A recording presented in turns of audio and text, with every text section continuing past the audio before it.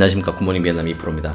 2020년 7월 20일 호치민 깐나이 항에서 한국 인천항으로 가는 컨테이너 박스를 베트남 마약 경찰들이 단속을 하게 됩니다. 그리고 이 안에서 필로폰 40kg이 발견이 되는데요. 한국인 전직 경찰 김모 씨 그리고 중국인 베트남인이 관련된 마약 조직이 필로폰 40kg을 인천항으로 밀반출하기 위해서 석재 컨테이너 안에 세정제로 속인 제품이 범죄 조직 제보를 통해서 발견된 것입니다. 사실 베트남에서 이런 마약 사건 같은 경우는 비일비재하나 한국, 중국, 베트남 3국가의 사람들이 모여가지고 일을 진행한 것은 처음이기 때문에 베트남 및 한국에 큰 충격을 주고 있습니다. 이러한 3국의 마약 조직들이 모여서 베트남의 사업을 진행할 정도로 베트남은 지금 마약 유통의 허브가 되어가고 있는데요. 왜 이러한 현상이 일어나는지 한번 저희가 분석을 해보려고 합니다. 먼저 그러기 위해서는 3국에 있는 사람들이 한국으로 밀반출을 시도했던 필로폰이 뭔지 대해서 간단히 한번 알아보려고 합니다.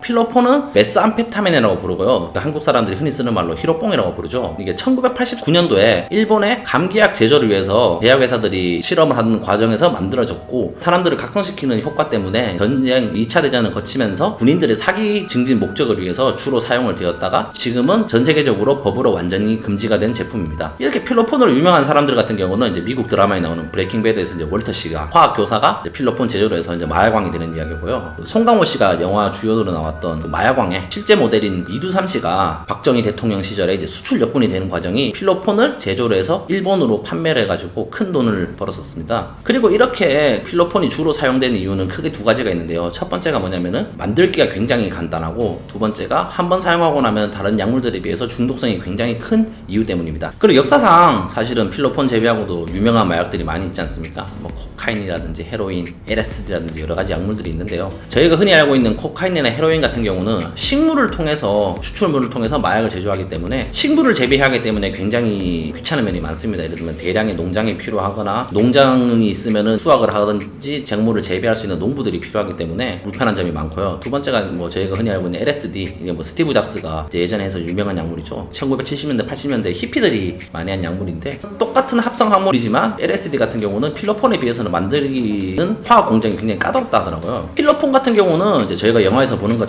간단한 화학적 지식 혹은 그 화학적 지식이 없더라도 그 레시피만 있다고 하면은 일반인들도 쉽게 만들 수가 있다고 합니다. 한 10년에서 5년 전쯤에 이제 한국을 떠들썩하게 했던 사건이 하나 있었지 않습니까? 그 원룸을 하나 빌려가지고 그 목욕탕에서 필로폰을 만들어가지고 유통을 했다라는 그 이제 원룸의 응급술사 아저씨 같은 경우도 특별한 화학적 지식이 없었지만 그 디베비라든지 이제 인터넷을 통해서 얻은 레시피를 바탕으로 감기약 추출물을 통해서 쉽게 만들 수 있었다고 하더라고요. 그렇기 때문에 이제 필로폰 같은 경우는 동남아에서 쉽게 제조를 한 이후에 한국, 일본, 중국 혹은 미국 같은 다른 국가로 많이 유통을 하고 있다고 하고 있습니다. 그럼 도대체 이 많은 마약들이 어디서 나오고 있냐? 연세가 조금 있으신 분들이라면 잘 기억하실 수 있으실 거예요. 그 1970년대 미얀마의 마약왕 푼사가 만들었던 골든 트라이앵글이라는 지역이 지금 2020년도 이 시간에 다시 부활을 했습니다. 미얀마 반군들의 주도로 해서 양귀비 혹은 필로폰 공장을 골든 트라이앵글 지역에 만든 이후에 거기서 만들어진 약들을 동남아 국가로 유통을 하고, 그리고 동남아 국가를 통해서 중국, 한국, 일본, 미국 등 다른 국가로 수출을 하고 있다고 하고 있고요. 그리고 수출을 하기 위한 마약 유통의 허브 중 하나로서 베트남이 지금 각광을 받고 있다고 합니다. 지금 코로나로 인해서 물류가 많이 제한이 걸려 있고, 최근에 베트남 정부 당국에서 중국과의 국경지대를 대대적으로 단속을 했기 때문에 지금 마약 유통을 위한 허브가 베트남 북부에서 베트남의 중부 혹은 남부 쪽으로 많이 이동을 하고 있는 상황입니다. 그리고 이런 마약들이 베트남을 거쳐서 한국으로 지금 굉장히 많이 유통이 되고 있습니다. 한국은 지금까지 이제 마약 청정국이라는 이미지가 있어가지고 마약이 안전하다라는 이미지가 있었는데, 오히려 이러한 이미지 때문에 한국을 많은 마약 조직들이 또 물류의 허브로서 이용하기 위해서 많은 노력을 기울이고 있다고 합니다. 이 말이 무슨 이야기냐면은, 일단 한국에 있는 세관만 한번 통과를 할 수 있다면은 한국에서 다른 국가, 뭐 미국이나 중국, 일본으로 들어가는 제품 같은 경우는 타국가에 있는 마약 해관이라든지 마약 단속국에서 제대로 확인을 안 한다는 거죠. 그리고 두 번째가 버닝썬 사건 등을 통해서 볼 수 있는 것이, 한국에 있는 젊은 사람들이 굉장히 또 마약의 소비가 늘어났기 때문에 그 동남아시아 미얀마 쪽에서 생산된 많은 마약들 한국을 통해서 많이 들어오고 있다고 하는 실정입니다. 그럼 이제 또 시청자 여러분들께서 또 궁금해하실 수 있는 것들이, 김모 씨 같은 경우는 도대체 차액을 얼마나 가져갔나? 그 UN 마약 범죄 연구소의 자료를 통하면은 베트남에 지금 유통되고 있는 필로폰에 같은 경우는 그램당 한 5만 원 정도, 한 45불에서 50불 정도로 나와가 있고요. 제품이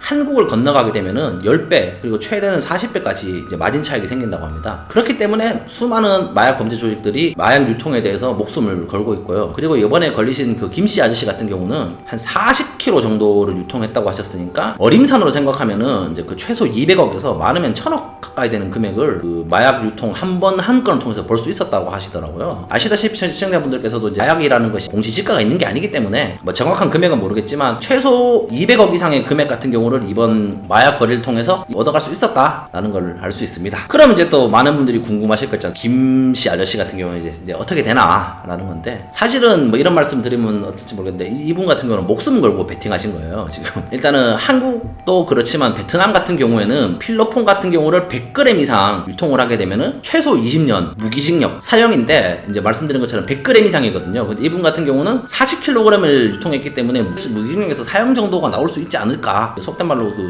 이 사람은 보실 수 있고, 한국 역시 법정 최고형이더라고요. 마약 찾아보니까 5년 이상의 유기징역 혹은 또 무기징역을 받는 건데, 이분 같은 경우는 이제 목숨 걸고 이제 한국을 가셔야 되는데 범대인 인도 조약이 있기 때문에 이제 한국에서 송환을 할 경우에는 베트남 정부에서 베트남법으로 처벌을 하지 않고 한국법로 처벌을 할 수도 있긴 하겠지만, 사실 뭐 김모 씨 같은 경우가 이렇게 뭐 사회적 지위가 엄청나신 분이라든지 그렇게 힘이 있으신 분이 아니면 베트남 정부에서 송환 요청을 거부하고 베트남 법으로 처벌을 하겠다라고 하게 되는 순간 이제 요단강을 건널 수 있다 때문에 이런 마약 거래 같은 경우는 굉장히 목숨을 걸고 베팅을 하신 분이다. 아마 그 재판 결과 같은 경우는 언제 나오실지 모르겠지만 그 분명히 베트남에서 재판을 받게 되면은 큰일이 나실 거기 때문에 어떻게든 한국에 있는 줄을 쓰셔가지고 한국으로 송환되는 거를 기도하는 것 밖에는 방법이 없다라는 겁니다. 지금. 그래서 뭐 지금 저희가 간단히 알아봤을 때 필로폰 같은 경우는 만들기 쉽기 때문에 미얀마에서 생산을 많이 해서 다른 국가로 유통을 하고 있고, 중간에 있는 물류 컵으로서 베트남이 주목을 받고 있다. 그리고 요번에 40kg 정도 되는 금액을 이제 밀수하려고 하신 김모 씨 같은 경우는 이제 큰일이 났다라는 거랑, 베트남에서 참 이 죄를 지으면 안 되는 이유가, 한국 같은 경우는 무죄 추정 원칙에 통해서 이제 요즘에 사실은 문제가 많잖아요. 사실은 이제 얼굴 공개라든지 범죄자들 이제 얼굴 공개를 어떻게 해야 되는지, 이제 뭐 신상 공개를 어떻게 해야 되는지 그런 얘기들이 나오는데, 제가 이제 이 사건을 조사하다 보면서 알게 된 것 같은 경우는 베트남 정부 같은 경우는 얄짤없이 얼굴을 까더라고요. 그냥 조금만 베트남어로 검색을 해보시면은 베트남에 있는 주요 일간지들, 주요 신문사들의 그 김모 씨의 얼굴, 베트남에서 그 마약을 유통하고자 했던 베트남 마약상들의 얼굴 같은 경우를 그냥 아주 자비 없이 까고 있는데, 사실은 초상권에 걸릴 수가 있기 때문에, 그리고 저희 굿모닝 비엔남 같은 경우는 대한민국 법을 존중해서 일단 무죄 추정 원칙을 믿는 거기 때문에 저희가 실제로 얼굴은 안 보내드렸습니다. 사진상으로는 안 나올 건데, 그래도 혹시라도 궁금하시면은 조금 검색을 해보시면은 이제 60세 한국 전직 경찰 그 마약 쪽에서 일을 하신 그분의 얼굴을 보실 수가 있다.